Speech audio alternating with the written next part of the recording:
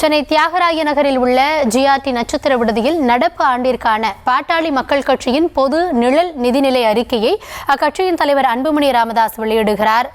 அதனை நேரலையில் தற்போது பார்க்கலாம். கூடுதல் விவரங்களுக்காக செய்தியாளர் ராஜேஷ் இணைந்திருக்கிறார். ராஜேஷ், ஒவ்வொரு ஆண்டும் பாமக தரப்புல இந்த நிழல் நிதிநிலை அறிக்கை அப்படின்றது வெளியாகிறது. இந்த ஆண்டுல வெளியிடப்பட்டிருக்கிறதுல முக்கிய அம்சம் என்ன? கௌதமி வணக்கம். பாட்டாளி மக்கள் கட்சி சார்பில் ஒவ்வொரு ஆண்டும் அந்த வேளாண் பட்ஜெட், அதே போல பொது பட்ஜெட், நிழல் பட்ஜெட்டாக வெளியிடப்பட்டு வருகின்றது.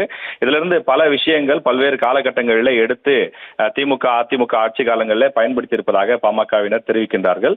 இந்த ஆண்டு 2026-27 ஆண்டு தமிழ்நாட்டினுடைய வருவாயை பெருக்குவதற்கு பல்வேறு யோசனைகளை பாமக சொல்லி இருக்கின்றது.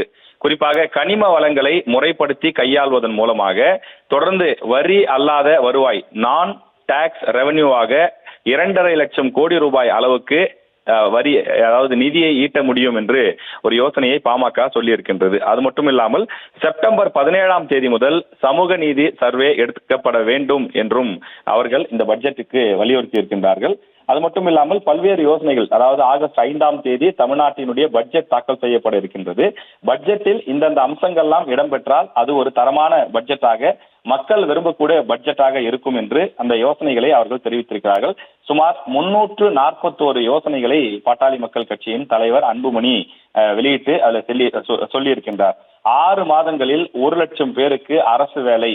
தமிழ்நாட்டை பொறுத்த வரையிலே சுமார் 1,30,00,000 இளைஞர்கள் வேலைவாய்ப்பு இல்லாமல் காத்திருக்கக்கூடிய நிலையில அடுத்த 6 மாதத்திற்குள் பல்வேறு துறைகளில், அதாவது இபி, வருவாய்த்துறை, ஆசிரியர் உள்ளிட்ட பல துறைகளில் இருக்கக்கூடிய காலி பணியிடங்களை நிரப்பக்கூடிய வகையில் இவற்றை செய்ய வேண்டும் என்று அவர் வலியுறுத்தியிருக்கின்றார். மேலும் அரசு பள்ளிகளில் வகுப்புக்கு ஒரு ஆசிரியர் வீதம் நியமிக்கப்பட வேண்டும் எனவும், இதை நிரப்புவதற்கு 1 லட்சத்திற்கும் கூடுதலான ஆசிரியர்கள் நியமிக்கப்பட வேண்டும் எனவும், முதற்கட்டமாக அடுத்த 6 மாதத்தில் 25,000 ஆசிரியர்களை எடுப்பதற்கான பணியை தொடங்க வேண்டும் என்றும் குறிப்பிட்டிருக்கிறார்.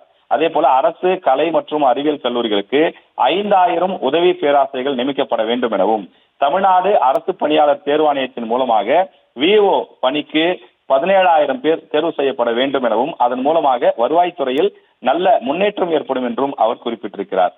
மேலும் சமையல் எரிவாயு உருளையை பொறுத்தவரையில 300 ரூபாய் மானியம் வழங்குவதன் மூலமாக பொதுமக்களுக்கு அது பெரிய அளவிலே பயனுள்ளதாக இருக்கும் எனவும், தமிழ்நாட்டில் மது, பீர் ஆலைகளின் உரிமம் ரத்து செய்யப்பட வேண்டும் எனவும் வலியுறுத்தப்பட்டிருக்கின்றது.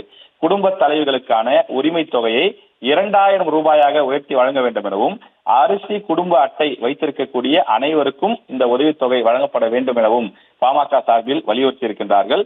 ஞாயிற்றுக்கிழமைகளில் ரூபாய் 25க்கு அசைவ மதிய உணவு வழங்கப்பட வேண்டும் என்ற கோரிக்கையும் பாமக சார்பில் வலியுறுத்தப்பட்டிருக்கின்றது. தொடர்ந்து தமிழ்நாட்டினுடைய நிதி நிலைமையை சீர்படுத்தவும், தமிழ்நாட்டினுடைய வருமானத்தை பெருக்கவும் பல்வேறு யோசனைகள் பாமகவினுடைய இந்த நிழல் பட்ஜெட்டில் தெரிவிக்கப்பட்டிருக்கின்றது. இந்த யோசனைகளை தமிழக அரசு பயன்படுத்தி கொண்டு வரக்கூடிய பட்ஜெட்டில் எதிரொலித்தால் இது தமிழ்நாட்டு மக்களுக்கு மிகப்பெரிய பயனாக இருக்கும் என்று அன்புமணி வலியுறுத்தி இந்த பட்ஜெட் சிறப்பு அம்சங்கள் ஒவ்வொன்றாக விளக்கிக் கொண்டிருக்கிறார். விவரங்களுக்கு நன்றி ராஜேஷ்.